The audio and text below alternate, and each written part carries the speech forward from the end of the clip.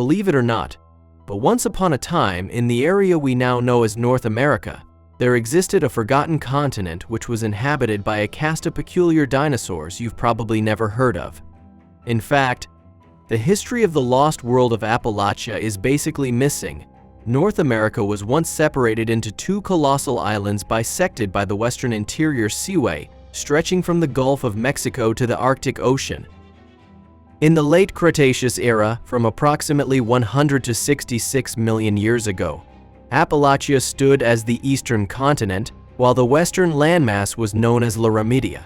We've all heard of the dinosaur superstars of Laramida, which include the long-necked giant Alamosaurus, the terrifyingly big-brained Tyrannosaurus rex, which comes from the Greek for tyrant lizard king, and the elephant-sized Triceratops with its three-horned face.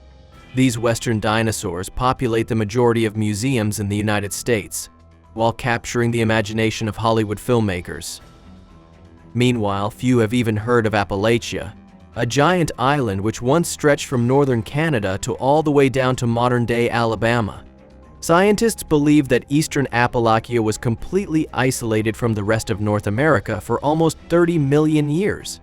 This can explain why its flora and fauna were so unique with such curious residents, including the duck-billed dinosaur Eotrachodon orientalis, the flesh-ripping and grasping-handed Dryptosaurus aquilunguis, or the bipedal Appalachiosaurus. Why don't we know more about Appalachia? Put quite simply, the fossil record from Appalachia has not been kind to paleontologists.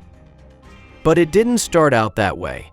The 1838th discovery of the Haddonfield hadrosaur or Hadrosaurus falsii in New Jersey is basically ground zero when it comes to dinosaur paleontology.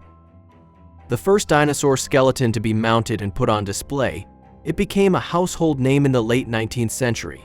Discovering dinosaur fossils is no easy task. Millions of years old, their existence rests on having withstood scavengers and decay before hopefully settling in a sediment which allowed them to transform into fossils. In the case of Appalachia, the eastern topography itself poses a challenge to paleontologists. The dense vegetation, scarcity of accessible outcrops, and wet weather conditions make it incredibly difficult to excavate fossils. By the 1870s, fossil hunters had left to find more promising fossil deposits from either the western Laramida landmass or the submerged world of the western interior seaway. By the end of the 20th century, fewer than 10 species of Appalachian dinosaurs had been uncovered, with the majority of them pieced together from scattered and partial fossils or the remains of creatures carried away by the tide into the now extinct inland sea millions of years ago.